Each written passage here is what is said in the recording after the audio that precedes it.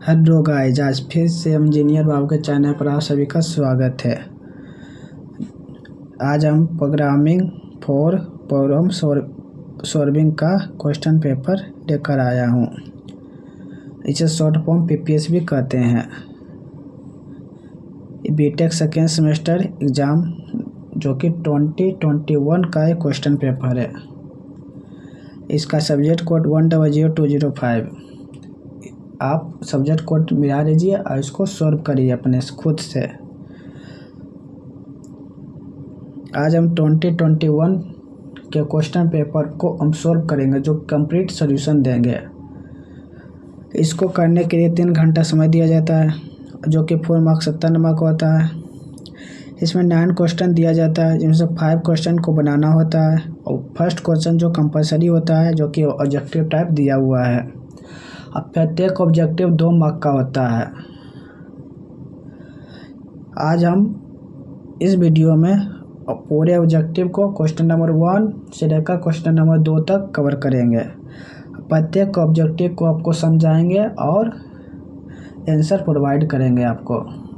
तो ध्यानपूर्वक गाइज आप देखते रहिए और कंसंट्रेट रहिए, सुनिए, समझिए, अंडरस्टूड करिए। ठीक है गाइज, चलिए स्टार्ट करते हैं बिना आपको समय वेस्ट किए हुए। तब फर्स्ट क्वेश्चन दिया हुआ है कि what will be the output of this code, C code. इस सी कोड में इसका आउटपुट क्या आएगा, ये हमको बताना है। सबसे पहले तो हेडर फाइल दिया हुआ है हच इंक्लूड studio.h, ठीक। और मेन फंक्शन दिया हुआ इट मेन। उसके बाद कैरेक्टर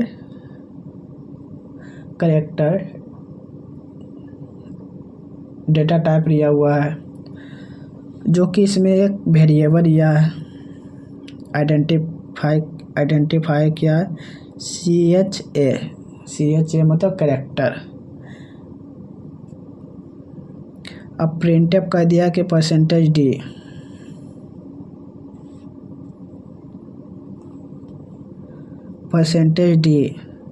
अब साइज ऑफ A, अब A का साइज क्या है, ये हमको एग्जीक्यूट करने बोल रहा है। तो ये तो आप अपने प्रोग्राम में डिवाइस में आप इसको रन कराइएगा, तब एग्जीक्यूट करिएगा, तब एग्जीक्यूट होगा, इसका 4 आंसर आएगा। तो आप इस प्रोग्राम को रन कराइएगा, आप देखिएगा कि 4 आता है कि नहीं। आ गया तो आपको कमेंट करना होगा, नहीं भी आया तब पर भी कमेंट करना है। ठीक है गाइज, अब देखते हैं second number question. What will be output in this code, C code. C code में इसका आउटपुट क्या आएगा। हच इंक्लूड studio.h, जो कि हेडर फाइल दिया हुआ है। इंट मेन फंक्शन है। अब देखिए इसका वेरिएबल एक्सटर्न इंट आई दिया हुआ है। तो इसमें तो एक्सटर्न कहाँ से आ गया, इसमें तो एक्सटर्न नहीं होगा। तब तो इसको रन कराएंगे तो हमको तो एरर बताएगा, यहीं से पता चल गया। तो ये ऑप्शन दिया हुआ है एरर का, देखिए फर्स्ट 20 दिया हुआ है तो नहीं हो सकता, 4 दिया नहीं हो सकता। अनडिफाइंड डिफरेंस नंबर 1 नहीं, अनडिफाइंड डिफरेंस नंबर 1। रिंकिंग एरर, जो कि ये रिंकिंग एरर है। रिंकिंग एरर मतलब कि एक्सटर्न लिखा हुआ है, एक्सटर्न नहीं लिखा हुआ, तब ये एग्जीक्यूट हो जाता, रन हो जाता मेरा प्रोग्राम। तो इसका आंसर हो जाएगा D number, linking error. What will be the output in this C code, इसका आउटपुट क्या आएगा ये हमको बताना है। सबसे पहले तो हेडर फाइल एक दिया है हच इनकोड studio.h, उसका मेन फंक्शन में दिया है। उसके बाद वेरिएबल यूज किया है i = 100। फिर ब्रैकेट के अंदर आए इंट i = 0। उसके बाद प्रिंटफ %d i = 0। तो i के वैल्यू कितना है 0 = 0, जबकि ट्रू है मतलब कौन, नॉन जीरो। जीरो छुड़ाकर कोई भी नंबर हो सकता है। तो ट्रू क्या हो सकता है, ट्रू 0 मतलब फॉल्स, 1 मतलब ट्रू। तो इसका आंसर हो जाएगा 1। 10 तो नहीं हो सकता है, 0 शून्य तो नहीं हो जाता, गार्बेज वैल्यू नहीं होगा, इसको 1 आंसर आएगा। तो आप जितना भी प्रोग्राम है आप अपने डिवाइस में रन कराइएगा, अब देखिएगा कि रन होता है कि नहीं, और कमेंट बॉक्स में बताइएगा कि रन हो रहा है, कि कितना आंसर आ रहा है, हम जो बता रहे हैं सर वो सही है कि नहीं। ज़रूर इसको एक्सिक्यूट करिएगा। देखते हैं next. What will be the output in this C code, इस सी कोड में इसका आउटपुट क्या आएगा। h include stdio.h adder file दिया हुआ, इंट मैन, उसके बाद वेरिएबल यूज किया है x, y और z, दिया हुआ है x equal to plus x,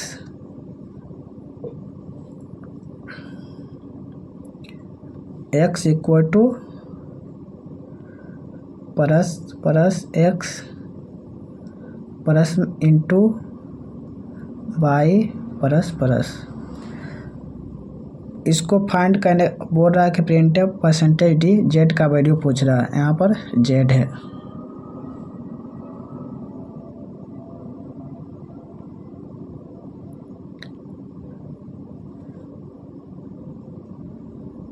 यहाँ पर जेड लिखा हुआ है, ठीक। फर्स्ट स्टेप में क्या होता है, पहले इसको देखना पड़ता है कि प्री इंक्रीमेंट प्री डिक्रीमेंट है कि नहीं। आप इसमें देखिए प्री इंक्रीमेंट प्री डिक्रीमेंट है, हाँ ये प्री इंक्रीमेंट है, ये पोस्ट इंक्रीमेंट है। हम प्री इंक्रीमेंट बोल रहे हैं तो यहाँ प्री इंक्रीमेंट है। तब z equal to value assign कर दीजिए, एक्स का वैल्यू कितना था 3, अब इंक्रीमेंट होकर कितना हो जाएगा 4, तो यहाँ 4 हो जाएगा, इंटू बाई की वैल्यू कितना है 4, दोनों को इसके मतलब क्या हुआ मल्टीप्लाई, तो 4 इंटू 4 16, तो इसका एक्सिक्यूट होगा 16, जो कि जेड को पुकारा था, इसका आंसर हो जाएगा 16 सेकेंड नंबर। इन सी में if you pass an array as in argument to a function but actually gets passed, actually gets क्या पास करता है, जो कि value of the element in array में एलिमेंट का वैल्यू पास करता है, नहीं। फर्स्ट एलिमेंट ऑफ द अरे का फर्स्ट एलिमेंट होता है, नहीं। बेस एड्रेस ऑफ द अरे, हाँ बेस एड्रेस ऑफ द अरे का बेस एड्रेस को पास करता है, तो इसका आंसर हो जाएगा third number. The keyword use to transfer control from a function back to the calling function, calling function के लिए बैक फंक्शन से ट्रांसफर कंट्रोल में यूज करते हैं, कौन सा कीवर्ड को, स्विच का नो, गो टू का नो, गो बैक का नो, रिटर्न का, हाँ रिटर्न का हम यूज करते हैं कीवर्ड, रिटर्न कीवर्ड यूज करते हैं, तो इसका आंसर हो जाएगा 4th। What will be the output this code, इस सी कोड में इसका आउटपुट क्या आएगा, ये हमको बताना है। चिनको stdio.h int main int y equal to 200, अकवाद कॉन्स्टेंट, यहाँ पर कॉन्स्टेंट कहाँ से आ गया, ये तो आइडेंटिफायर नहीं है, ये तो डेटा टाइप नहीं है, तो ये कॉन्स्टेंट नहीं होगा। तो ये हमको रन कराएंगे प्रोग्राम में, तो आप रन कराएगा तब बताएगा एरर, तो यहाँ 200 दिया हुआ नहीं हो सकता है, गार्बेज वैल्यू नहीं, एरर, हाँ ये एरर बताएगा, एरर होगा, एरर होगा तो एरर आएगा, तो इसका आंसर हो जाएगा third error. Which of the following are unary operation in C में कौन सा यूनिटी ऑपरेशन है, ये है नॉट ये है साइज ऑफ है, या ये है कौन सा है, यूनिटी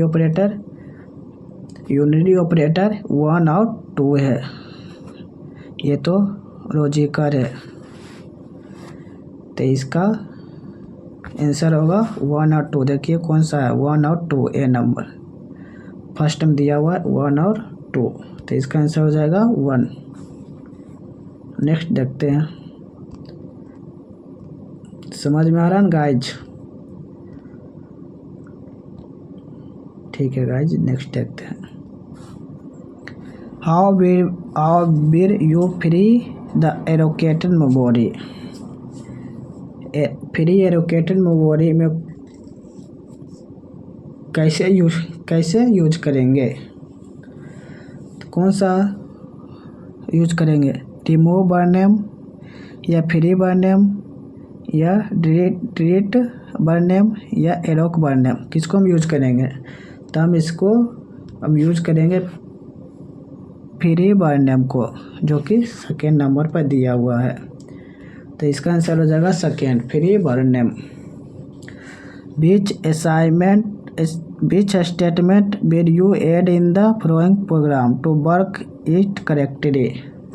जो करेक्टली वर्क करेगा। Hutch include stdio.h int main function दिया हुआ, प्रिंट परसेंटेज डी डॉग 128 दिया हुआ है। तो डॉग मैथ का यूज़ किया है, तो इसमें हेडर पाई देना पड़ेगा हच इंक्लूड math.h, तो ये प्रोग्राम रन होगा। ऐसे आप रन कराइएगा तो रन नहीं होगा। अगर ये लिख दीजिएगा कि हच इंक्लूड math.h तो तुरंत एग्जीक्यूट कर देगा। तो ऑप्शन में कहाँ देखिए Hutch include math.h second number पर है, तो इसका आंसर हो जाएगा सेकेंड math.h। ये ऑब्जेक्टिव क्वेश्चन दिया हुआ था, जो कि हम आपको समझाएं, कुछ हद तक तो समझा दिए हैं और उसका आंसर भी दे चुके हैं। तो आप इस ऑब्जेक्टिव को याद कर लीजिएगा, काहे कि वीडियो में क्वेश्चन हर साल रिपीट होता है, इसलिए हमको ये PYQ बना रहे हैं। अब देखते हैं नेक्स्ट। ठीक है गाइज, नेक्स्ट देखते हैं सेकेंड नंबर क्वेश्चन को, जो कि फर्स्ट नंबर है। फर्स्ट नंबर प्रोग्राम के बोल रहा है कि write a program to print all prime number from 1 to 100। 1 से 100 तक के सभी प्राइम नंबर को प्रिंट कराना है। चलिए सेकेंड नंबर क्वेश्चन को हम हैंड रिटन नोट पर ले चलते हैं आपको। ठीक है गाइज, ठीक है गाइज, ये आ गया मेरा हैंड रिटन नोट। क्या बोल रहा है कि 1 से 100 तक प्रिंट करना और प्राइम नंबर, सभी प्राइम नंबर को प्रिंट करना है। प्राइम नंबर किसको कहते हैं? अब प्राइम नंबर कब से स्टार्ट होता है? 2 से प्राइम नंबर स्टार्ट होता है। 1 तो प्राइम नंबर नहीं है। प्राइम नंबर किसको, पहले जानिए प्राइम नंबर किसको कहते हैं? जो प्राइम नंबर 2 मेन रीजन है उसका, जो अपने खुद से डिवाइड हो और 1 से डिवाइड हो, तो उसको प्राइम नंबर कहेंगे। ठीक है गाइज, देखते हैं इसका प्रोग्राम। सबसे पहले तो हम हेडर फाइल लिख देंगे हच इंक्लूड stdio.h, फिर फंक्शन में जाएंगे, मेन फंक्शन में जाएंगे इंट मेन। ठीक, इसमें वेरिएबल क्या क्या रहेंगे? हम 3 वेरिएबल यूज करेंगे। एक वेरिएबल आई और जे वेरिएबल यूज करेंगे, जो किसके लिए? रूप को चलाने के लिए। 2 बार रूप चलाना होगा, क्या कि इसमें 2 रीजन है, इसलिए हम 2 को रूप चलाना होगा। आई और जे वेरिएबल यूज किए हैं रूप चलाने के लिए। एक प्राइम नंबर को प्रिंट कराना है, तो प्राइम एक वेरिएबल यूज किए हैं। ये ना समझ गया गाइज? अब प्रिंटअप, अब कितना नंबर का प्रिंट कराना है प्राइम नंबर, तो वहाँ लिख देंगे प्रिंटअप प्राइम नंबर अप टू 100 तक हमको प्रिंट कराना है। उसके बाद प्रिंट हो जाएगा वहाँ print prime number up to 100। फिर लूप चलाएंगे, और लूप चलाएंगे फॉर i = 2। मतलब कहाँ से स्टार्ट होता है? हम बताएं शुरू में i जो कि 2 से स्टार्ट होता है, इसलिए हम i = 2 इनिशियलाइज कर दिए हैं। अब कहाँ तक जाना है? 100 तक। यहाँ तो 100 तक लिख चुके i <= 100। उसके बाद इंक्रीमेंट ऑपरेटर लगा दिए हैं। फॉर लूप क्या कहता है? इनिशियलाइजेशन, कंडीशन और increment decrement. Initialisation, condition, increment decrement हो गया। और उसके बाद ये ट्रू होगा तो प्राइम 1 होगा। अब दूसरा रूप चलाएंगे फॉर j = 2। अब ये j less than equal to I. यहाँ से जो भी नंबर आएगा यहाँ पर हो जाएगा। अपन इंक्रीमेंट ऑपरेटर लगाए हैं। और के बाद ये ट्रू होगा तो कंडीशन एक दिए हैं आई मॉड ऑफ जे। आई और जे के जो भी होगा उसका मॉडरस इक्वल टू 0 आएगा तो ये ट्रू होगा, तब प्राइम 0 होगा। अगर नहीं आएगा तो ये फोर्स हो जाएगा। फिर यहाँ से ये इस इफ कंडीशन में नहीं जाएगा, उससे बाहर हो जाएगा।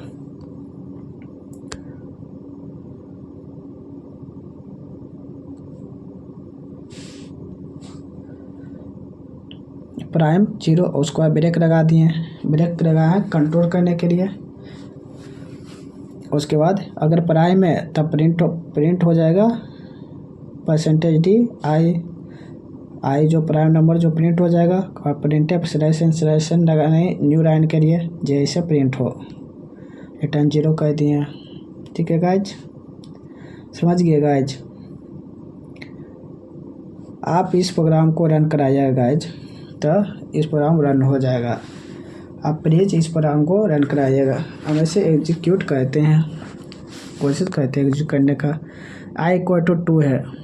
ठीक है गाइज, ये आई इक्वल टू 2 है। तब यहाँ पर जाएंगे 2 लेस देन इक्वल टू 100 जो कि ट्रू है। तब यहाँ पर चले जाएंगे फॉर लूप के अंदर वाला पार्ट में, तब प्राइम 1 इक्वल टू 1। ठीक, फिर दूसरे रूप में जाएगा फॉर जे इक्वल टू 2। यहाँ फिर इधर जाएंगे, जे की वैल्यू कितना है 2 लेस देन इक्वल टू आई की वैल्यू कितना है 2, तो ये ट्रू है। तो इफ कंडीशन पर जाएंगे if I mod of 2 I mod of J, तो आई की वैल्यू 2 है, मॉड ऑफ 2 है जो कि इक्वल टू 0 जो कि ट्रू है। तो हमको प्राइम हो जाएगा प्राइम इक्वल टू 0। फिर ये बाहर आ जाएंगे लूप से, इफ कंडीशन से बाहर आ जाएंगे।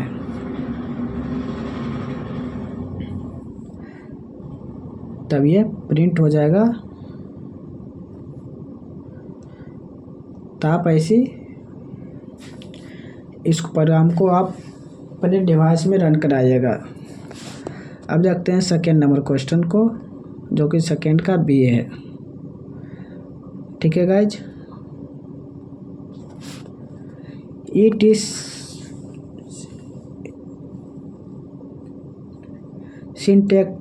syntactically varied to use float variable as loop control variable, but is not recommended. Justify your answer regarding this statement. इस स्टेटमेंट के रिगार्डिंग आप आंसर को जस्टिफाई करें। चलिए हम जस्टिफाई करते हैं guys. It is syntactically varied to use float variable as a loop control variable, but is not recommended by following ways. ये निम्नलिखित बेज है जिसको हम यूज नहीं कर सकते हैं फ्लोट का। First, precision and rounding error. Precision rounding error के कारण floating point numbers have limited precision. Floating point number जो लिमिटेड प्रिसीजन उसके पास रहता है। This means that as you perform arithmetic operation, आप अर्थमेटिक ऑपरेशन परफॉर्म करेंगे on a float within a loop के अंदर फ्लोट पर, यू में एनकाउंटर राउंडिंग एरर, तब आप राउंडिंग एरर का सामना करना पड़ेगा। दिस एरर कैन एक्यूमुलेट, जो कि ये एरर आएगा एक्यूमुलेट आएगा and lead to unexpected behaviour, जो एक्सपेक्टेड बिहेवियर नहीं रहेगा, अनएक्सपेक्टेड बिहेवियर रहेगा। अब आते हैं नॉन इंटीजर स्टेप साइज पर। Non integer step size loop control variable और टाइपिकली इंक्रीमेंट और decrement by integer value. Integer value के द्वारा जो इंक्रीमेंट और डिक्रीमेंट लूप कंट्रोल वेरिएबल में होता है। Then when you use float as loop control variable, तब आप लूप कंट्रोल वेरिएबल को यूज कर सकते हैं। You introduce the possibility of non integer step size, आप इंट्रोड्यूस करें कि पॉसिबिलिटी है कि नॉन इंटीजर स्टेप साइज हो। Infinite loop because of precision issue के कारण there is risk of creating infinite loop create करने के लिए रिस्क है। Performance overhead floating point arithmetic is generally slower then integer arithmetic से धीमा होता floating point arithmetic. Readability and intent code should be clear and easy to understand। समझने के लिए आसान हो। Using a float loop control variable can make code less readable because it depart from the common practice of using integer for loop control। Loop control के लिए integer का use करेंगे। ये हो गया सेकेंड के बी का आंसर। ठीक है गाइज, आज के लिए बस इतना ही। थैंक यू इस वीडियो को पूरा देखने के लिए। फिर नेक्स्ट वीडियो में आपको 3 नंबर क्वेश्चन से और आगे क्वेश्चन को आंसर देंगे, आपको समझाएंगे, एक्सप्लेन करेंगे। ठीक है गाइज, तो बस आज के लिए इतना ही। Thank you so much.